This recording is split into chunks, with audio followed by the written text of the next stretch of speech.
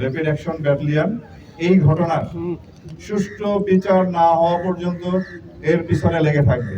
এবং জঙ্গল সলিমপুর, যেটা একটি সন্ত্রাসীদের একটা আড্ডাখানা, একটা ডেলে পরিণত হয়েছে, এটি আমরা খুব শীঘ্রই আইনানুগ প্রক্রিয়ার মাধ্যমে এখানে যারা অবৈধভাবে বসবাস করতেছে, অবৈধভাবে অস্ত্রধারী সন্ত্রাসী আছে, তাদেরকে আমরা নির্মূল করব এবং এই আস্থানা, অবৈধ কর্মকাণ্ডের এই আস্থানা আমরা ভেঙে চুরে গুড়িয়ে দেব। এটুকু আমরা আপনাদেরকে কথা দিতে। কিছু সন্ত্রাসীকে গ্রেফতারের জন্য গিয়েছিল এবং ওই সন্ত্রাসীরাই র্যাবের উপরে আক্রমণ করেছে।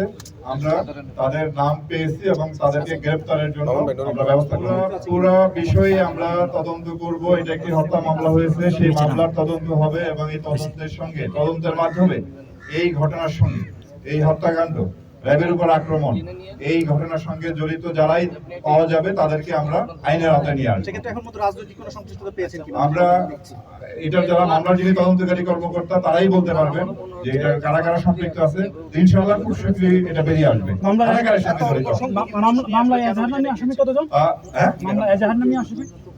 মামলাটা প্রক্রিয়াধীন আছে, এখন পর্যন্ত রুজু হয়নি, মামলাটা প্রক্রিয়াধীন আছে। বছর ধরে সলিমপুর এলাকায় সন্ত্রাসীদের অভয়ারণ্য, তারপরেও কেন এটা মুক্ত করা যাচ্ছে না? পাশাপাশি গতকালকে যে আপনাদের অভিযান, আপনারা জানতেন কিনা যে অভয়ারণ্যের সন্ত্রাসীদের এলাকায় খুব কম সংখ্যক আমাদের জনবল একেবারে কম ছিল না, প্রায় 50 জনের উপরে সদস্য ছিল এবং আমাদের যে পরিকল্পনা ছিল তাতে আমরা ওইখানে অপারেশন সফলভাবে সম্পন্ন করা যাবে এই ধরনের একটা ধারণার বশবর্তী হয়ে আমরা অভিযানটা পরিচালনা করি। এখন আমরা একটা তদন্ত পর্ষদ গঠন করা হয়েছে, তারা অনুসন্ধান করে দেখবে যে আমাদের যে অভিযানে কোনো ভুল ত্রুটি ছিল কিনা।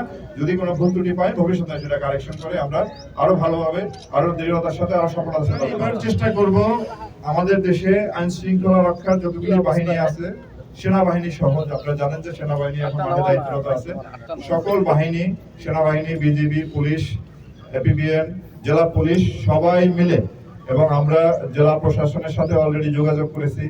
এইখানে এই যে একটা অভয়াশ্রম তৈরি হয়েছে সন্ত্রাসীদের, এই জায়গাগুলো যদি সরকারি জায়গা হয়, সরকার যেন তার এই জায়গা উদ্ধারের জন্য ব্যবস্থা গ্রহণ করে এবং সেখানে আপনার যত সময় লাগে, যত দিন লাগে, এই অভয়াশ্রম, এই যে সন্ত্রাসীদের যে এখানে বসবাসের যে একটা সেটাকে আমরা নির্মূল করব। এই জন্য আমাদের যতদিন যে প্রক্রিয়া লাগে, যা কিছু লাগে, কারণ তারা কোনোভাবেই রাষ্ট্রের চেয়ে শক্তিশালী না, এটা আমাদের বুঝতে হবে। আমরা হয়তো এতদিন এটা করা হয় নাই, বাট এবার ইনশাআল্লাহ আমরা এই সন্ত্রাসীদের যে অভয়াশ্রম, এটা নির্মূল করবো ইনশাআল্লাহ।